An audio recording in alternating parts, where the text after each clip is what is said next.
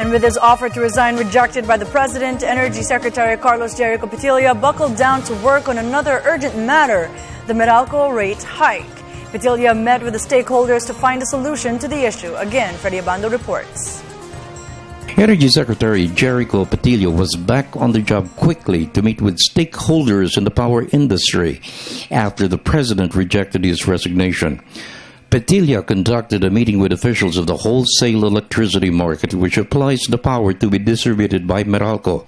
The agenda, 4 pesos and 15 centavos per kilowatt hour increase to be implemented by Meralco, but was stopped by a temporary restraining order of the Supreme Court. While the Supreme Court is actually, they issued a TRO, you cannot stop power generations from actually producing power and for Meralco from distributing power. Yes.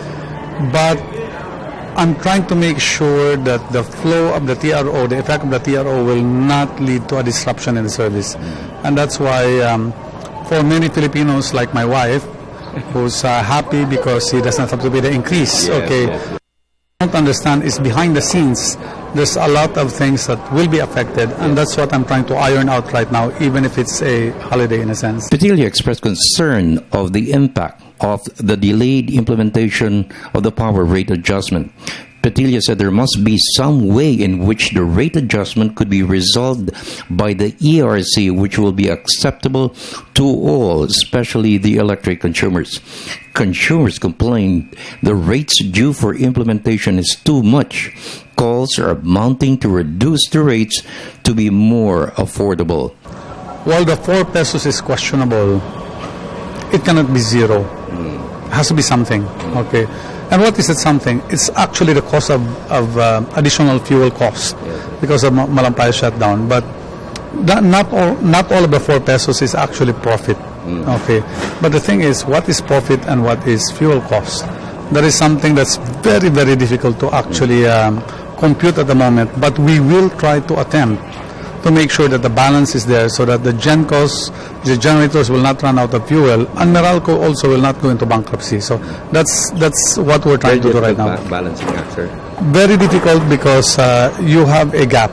In other words, if it's not 415 that you're going to get, that's something that actually makes you hit break even.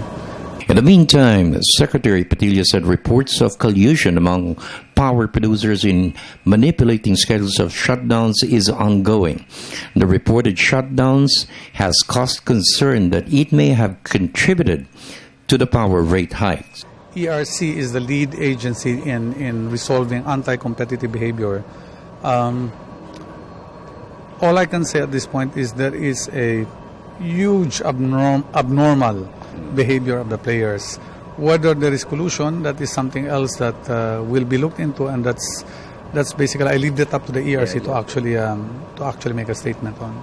For the People's Television Network, this is Freddie Abando reporting.